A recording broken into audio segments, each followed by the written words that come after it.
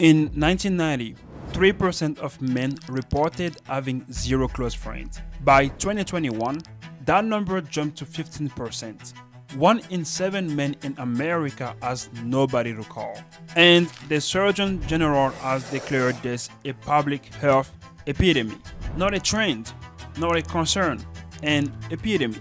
Loneliness carries the same mortality risk as smoking 15 cigarettes a day, higher than obesity, higher than physical inactivity. Isolation is killing men, and nobody's treating this as a design problem. Most of the time, when people talk about this, they blame men. Men don't try hard enough. Men don't open up. Men don't prioritize friendship. And some of them might be true on an individual level. But on this channel, we don't do individual blame. We look at systems. So today, I'm asking a different question. Not why won't men make friends, but what happened to the structures that used to make men friendships automatic. Because here is what the research shows. Friendship is not just a feeling, it's a behavior. And behavior requires conditions. Sociologists have identified 3 conditions necessary to form close friendships: repeated unplanned interactions, shared vulnerability, and close proximity over time. All 3 are disappearing from American life, and they're disappearing fastest for men. Condition 1. Repeated unplanned interaction. Seeing the same people regularly without scheduling it. Think about where that used to happen for men.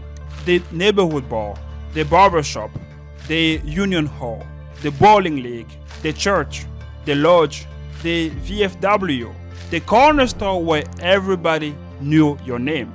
Sociologist Ray Oldenburg called these first places. Places that aren't work and aren't home. Places where you show up, the same people are there. And over time, without trying, you become friends. Between 1970 and 2020, participation in bowling leagues dropped by 70%. Robert Putnam documented this in Bowling Alone, one of the most cited sociology books of the last 30 years. Church membership fell from 73% to 47%. Union membership dropped from roughly 35% in the late 1950s to just 10% today.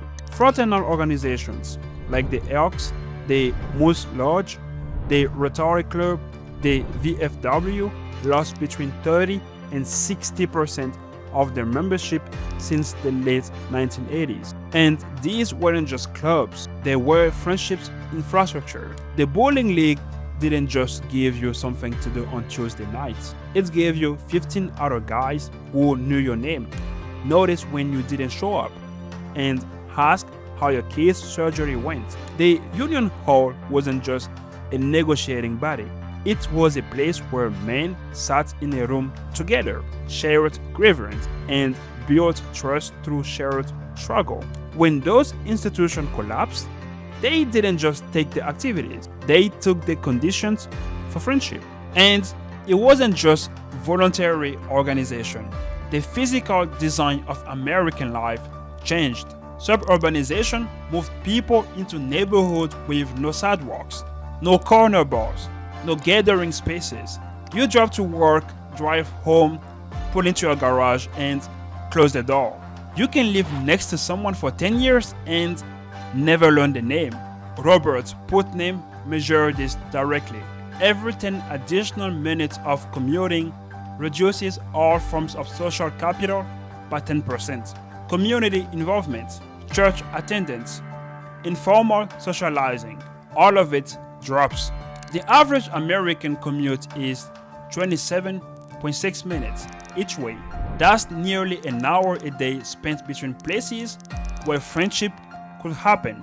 The first condition for friendship is unplanned, repeated interactions. We demolish the places where that could happen. We replace them with commutes, garage, and private living rooms. Men didn't stop wanting community. The community was bulldozed, and nobody built a replacement. Condition 2. Shared vulnerability. Friendship requires telling something real about yourself to someone and having them tell you something real back. That's how trust is built. And here is where the heavy programming gets heavy. A 2021 study in the Journal of Social and Personal Relationships found that men are significantly less likely than women to share personal problems with friends. Not because they don't want to, because they anticipate social penalties for doing so. They expect to be seen as weak, as complaining, as too much.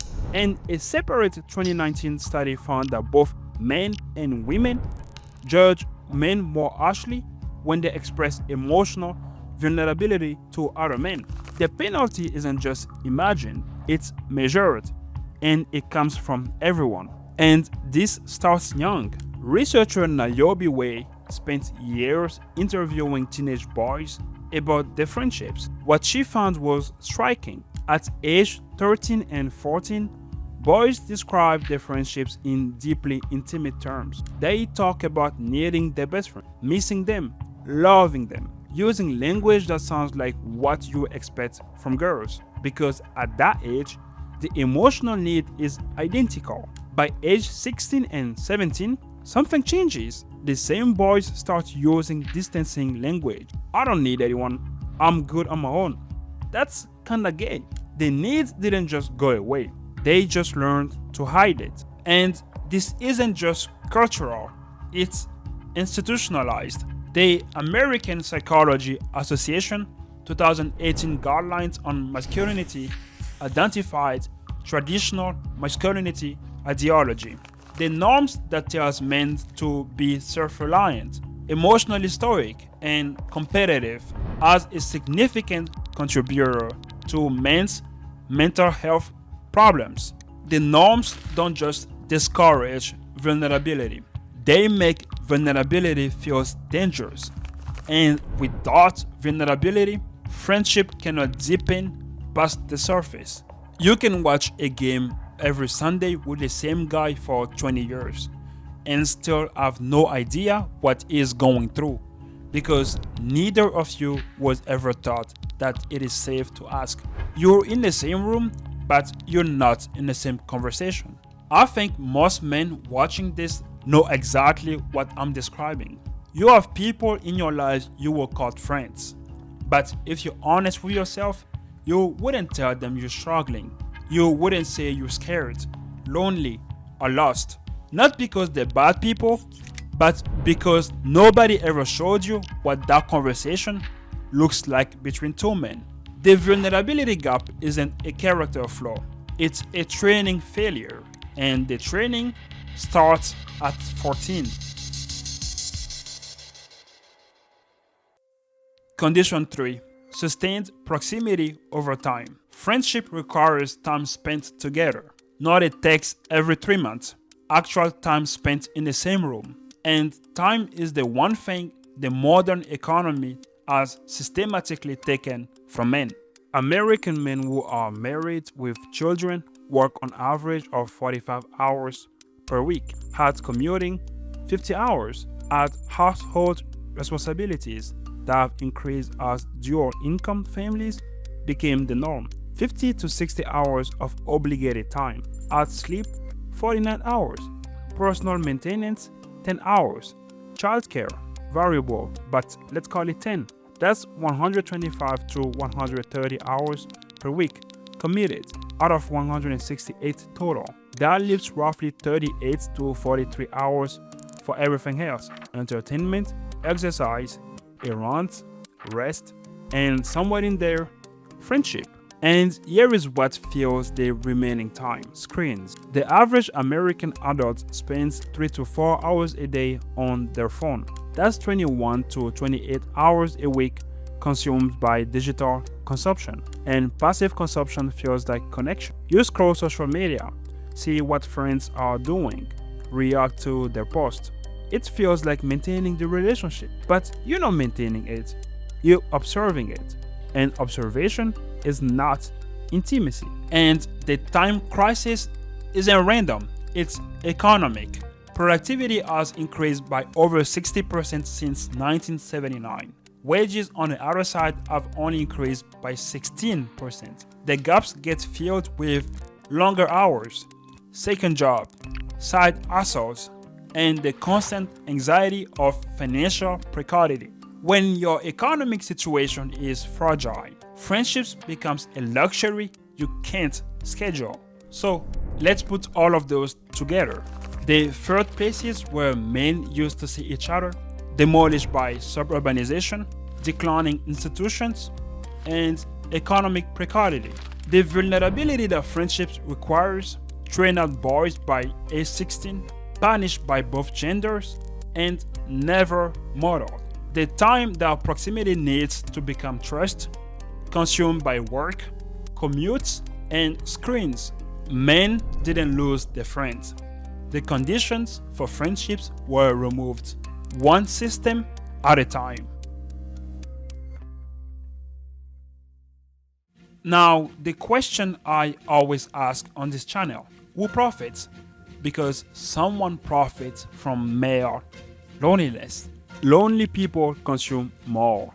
Research consistently shows that socially isolated individuals spend more on streaming services, video games, food delivery, alcohol, and online shopping. The loneliness to consumption pipeline is well documented. When human connection is absent, people substitute with purchasable comfort, and entire industries are built on that substitution.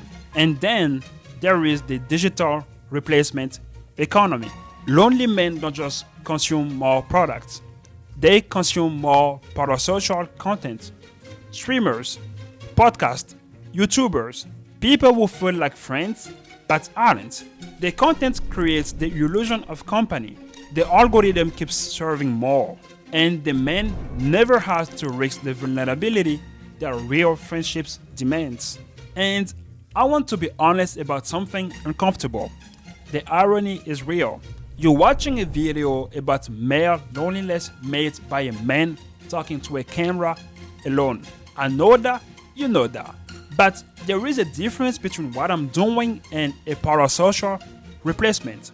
I'm not trying to be your friend. I'm not here to fill that gap. I'm trying to show you the system so you can build the real thing.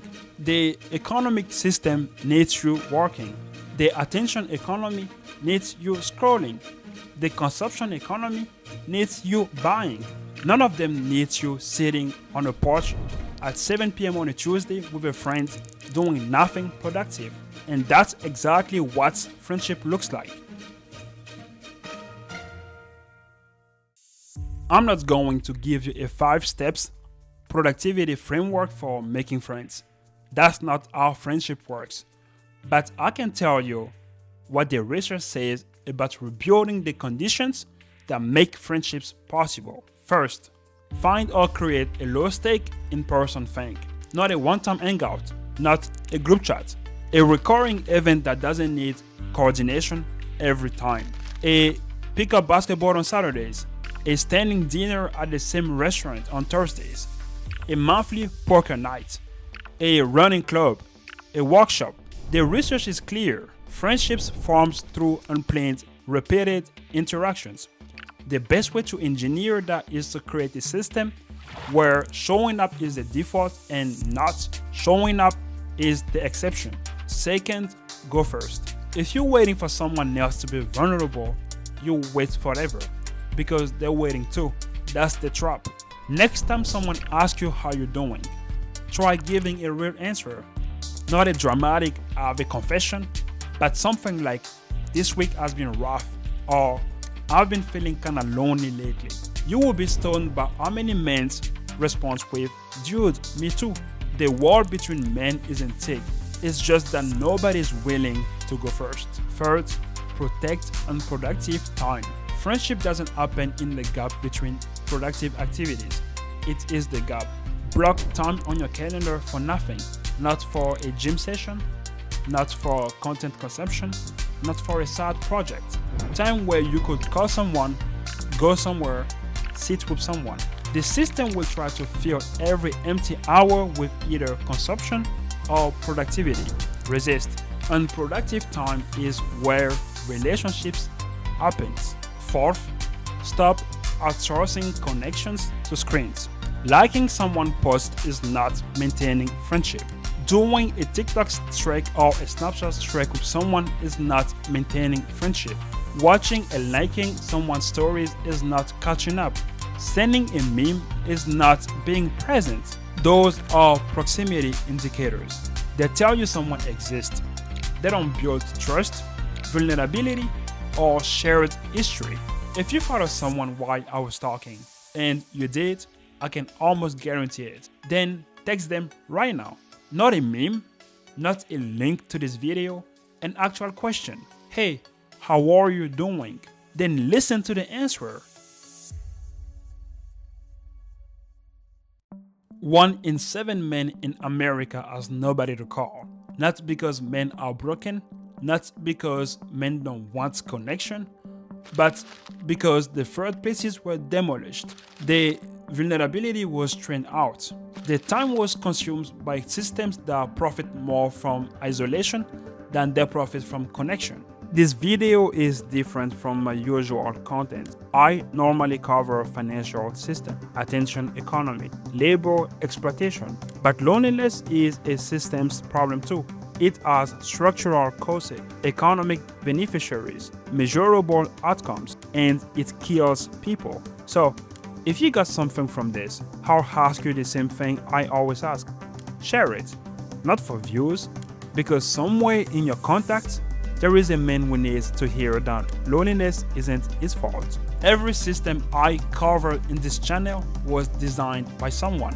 Your credit score, your mortgages, your student loans, your phone, your data, your labor, the career ladder. This system, the one that destroyed male friendship, wasn't designed by anyone. It's what's happened when every other system takes and takes and takes, and nobody stops to ask what is being lost. What's being lost in each other? That's the receipt. I'll see you on the next one.